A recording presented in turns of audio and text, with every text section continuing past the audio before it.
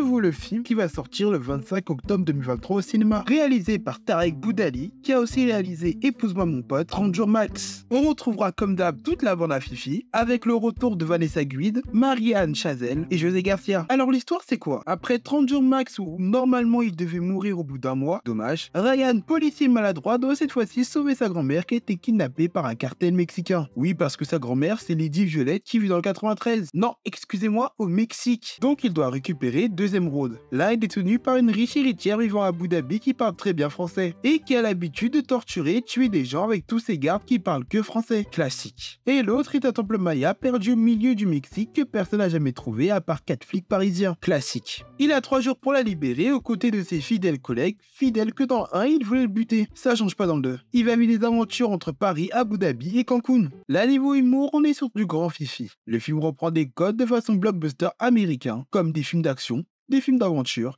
des films d'espionnage ou même des films de voiture. Une parodie des films américains à la française comme ils savent tellement bien le faire, ou juste la seule chose qu'ils savent faire. Mais on va pas s'en plaindre. Non mais t'imagines toi faire des rêves sur des films français, genre Bienvenue chez les Ch'tis, Intouchable, Qu'est-ce qu'on a fait au bon Dieu, ou Le fabuleux destin d'Amélie Poulain. Ce serait quoi? Une femme noire ch'ti qui parle H24 dans sa tête et qui pousse la chaise d'une vieille dame raciste. Va voir la gueule du truc. Déjà niveau action, ça change un peu. Tarek nous fait comprendre qu'il est un grand fan des films américains. Il nous refait les scènes les plus iconiques, lui-même, mais avec une touche d'humour. Là, on est comblé. Niveau décor réel, on le ressent vraiment. Depuis Babysitting, ils savent réunir les Français devant les écrans de cinéma. Après, c'est facile, il faut juste déposer son cerveau. Et là, c'est bon, tu peux profiter du film.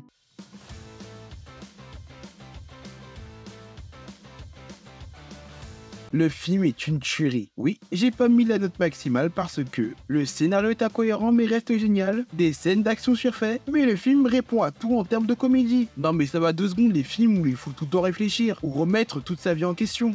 De temps en temps, juste rire nous suffit. Le film place tellement de références en 1h30 que c'est magique. Par exemple avec la scène de Frank Gastambide en Vin Diesel. Au-delà de casser les scènes les plus iconiques du cinéma américain, tout ça avec de l'autodérision, sans utiliser de racisme, du grand art. J'espère avoir plus de films de Tarek Boudali dans le futur, pour moi c'est un grand oui.